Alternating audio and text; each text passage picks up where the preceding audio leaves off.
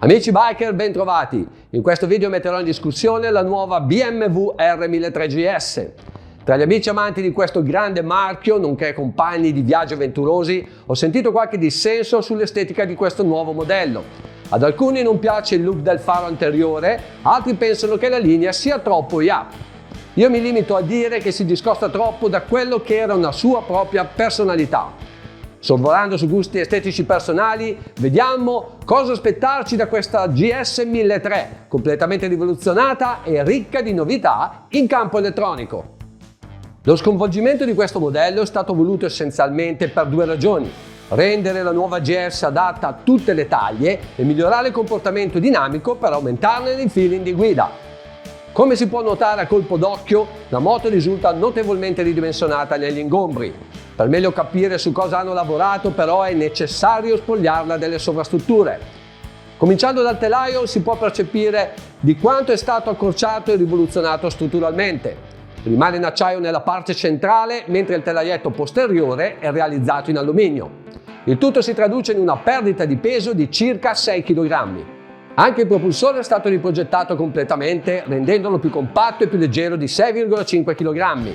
Il cambio, prima posizionato posteriormente, è ora alloggiato al di sotto del motore.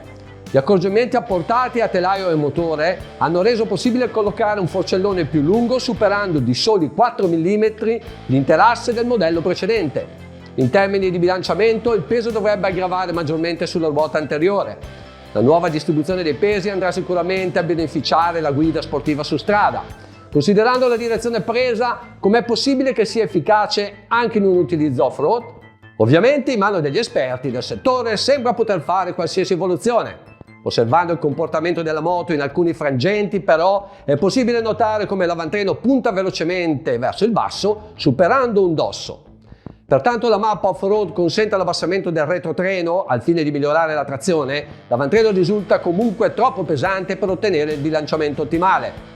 Anche in altre circostanze è possibile intuirne i limiti. Gli esperti del fuoristrada sanno a cosa mi riferisco.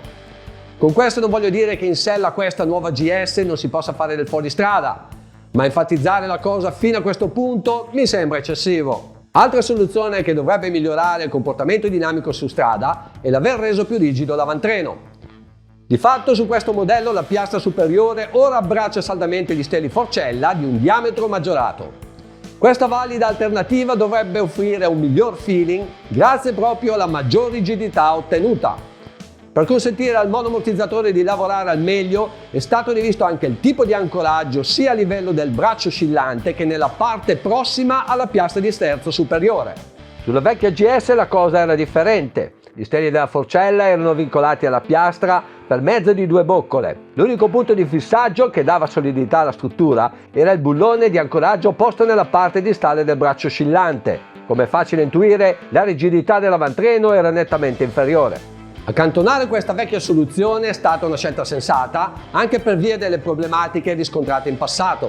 Infatti, per il forte stress di alcune parti, su di alcuni modelli sono state riscontrate anomalie di funzionamento. In particolar modo si trattava di un distacco parziale tra fodero e tappo. La situazione venne affrontata dalla BMW controllando il gap a ogni intervento di manutenzione. Il propulsore a fasatura variabile ora può vantare di 145 cavalli a 7750 giri e di una coppia di 149 Nm a 6250 giri, tanta roba se consideriamo la finalità di utilizzo della moto. La cilindrata piena di 1300 cm3 è stata ottenuta aumentando l'alessaggio a 106,5 mm. Anche il diametro delle valvole è stato aumentato sia in aspirazione che in scarico. La compressione passa da 12,5 a 13,3. La sua indole sembra essersi spostata verso una maggiore sportività, dando il meglio di 6 medi e con un allungo inaspettato da un bicilindrico. Come probabilmente avete già sentito dire, però manca quella prontezza che aveva il 1250. Anche sulla qualità degli innesti del cambio sembra esserci qualche perplessità. Non avendola provata personalmente, non voglio dire altro su questo propulsore. Agli interessati però consiglio di pretendere dal rivenditore un test ride più lungo dei pochi minuti generalmente concessi. Ora è arrivato il momento di parlarvi dei nuovi dispositivi elettronici non tutti installati sul modello base. Come di consueto si possono avere acquistando i vari pacchetti disponibili o scegliendo il modello più esclusivo. La novità più interessante è il nuovo sistema ammortizzante. Oltre al classico precarico molla, è ora possibile cambiarne l'effettiva rigidità per mezzo di un sistema idraulico che ne modifica il coefficiente di rigidità. Il tutto può essere regolato tramite un settaggio predefinito e parzialmente personalizzabile. Un'altra novità esclusiva che può far contenti i meno alti è il sistema di abbassamento della moto. Scendendo al di sotto dei 25 km/h e fino al completo arresto, la moto si abbassa di 30 mm per facilitare l'appoggio dei piedi a terra. Abbassando il cavalletto centrale, la moto si alza autonomamente per facilitare l'operazione.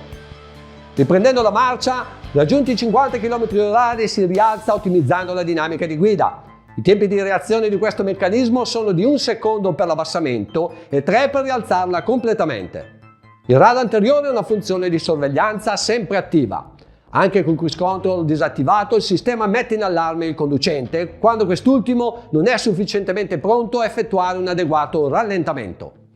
A una certa distanza dal pericolo, regolabile dal pilota, il primo allarme è di tipo sonoro e visivo. La mancanza di una qualsiasi reazione da parte del conducente attiva un secondo allarme che agisce sui freni tramite una leggera pinzata.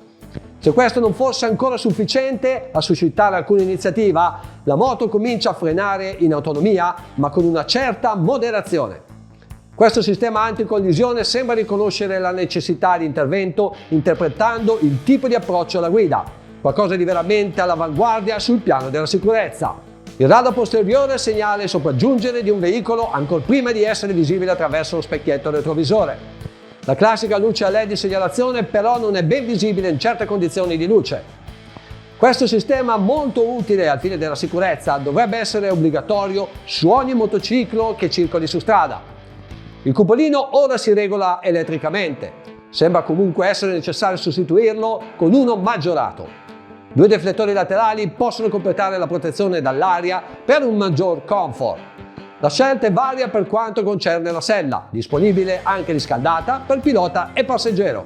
Senza dilungarmi troppo parlando dei sistemi elettronici di cui sono equipaggiate le più moderne BMW e che già conoscete, vi lascio consultare ulteriori dati tecnici a fine video. Il prezzo d'acquisto per la nuova GS 1300 è di 20.850 euro per il modello base, a cui si aggiungono 850 euro per la versione Triple Black e Trophy. Quest'ultima si differenzia dagli altri modelli per una maggiore escursione delle sospensioni, quindi più adatta per i percorsi accidentati. Bisogna aggiungere 2.800 euro per la versione Style Option 719. È chiaro che per avere una moto completa di ogni optional non è impossibile arrivare a quota 30.000 euro. A voi decidere se l'investimento ne vale la spesa. Vi ringrazio per averci seguito, alla prossima, ciao!